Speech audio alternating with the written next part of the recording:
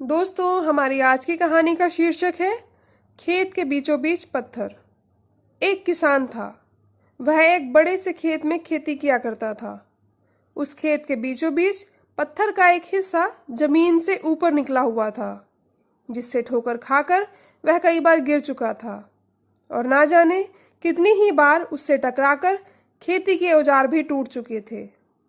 रोजाना की तरह आज भी वह किसान सुबह सुबह खेती करने पहुंचा, पर जो सालों से होता आ रहा था, एक बार फिर वही हुआ। एक बार फिर किसान का हल पत्थर से टकराकर टूट गया और किसान बहुत ही क्रोधित हो उठा और उसने मन ही मन सोचा कि आज जो भी हो जाए वह इस चट्टान को जमीन से निकालकर इस खेत से बाहर फेंक देगा। वह किसान तुरंत भागा और गांव से 4-5 लोगों को बुला लाया और सभी को लेकर वह उस पत्थर के पास पहुंचा।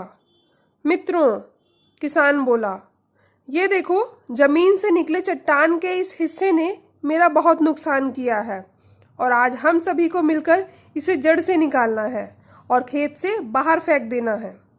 और ऐसा कहते ही वह फावड़े से पत्थर के किनारे वार करने लगा। पर यह क्या, अभी उसने 1-2 बार ही मारा था कि पूरा का पूरा पत्थर जमीन से बाहर निकल गया। साथ खड़े लोग भी अचरज में पड़ गए और उन्हीं में से एक ने हंसते हुए पूछा, क्यों भाई, तुम तो कहते थे कि तुम्हारे खेत के बीच में एक बड़ी सी चट्टान दबी हुई है, पर यह तो एक मामूली सा पत्थर निकला। किसान भी आश्चर्य में पड़ गया। सालों से जिसे वह एक भारी भरकम चट्टान समझ रहा था, दरअसल वह बस एक छोटा सा पत्थर था। उसे पछतावा हुआ कि काश उसने पहले ही इसे निकालने का प्रयास किया होता, तो ना उसे इतना नुकसान उठाना पड़ता और ना ही उसके दोस्त उसके सामने उसका मजाक बनाते। दोस्तों, इस किसान की तरह हम भी कई बार जिंदगी में आने वाली छोटी छोटी बाधाओं को बहुत बड़ा समझ लेते हैं और उनसे निपटने की बजाय तकलीफ उठाते रहते हैं।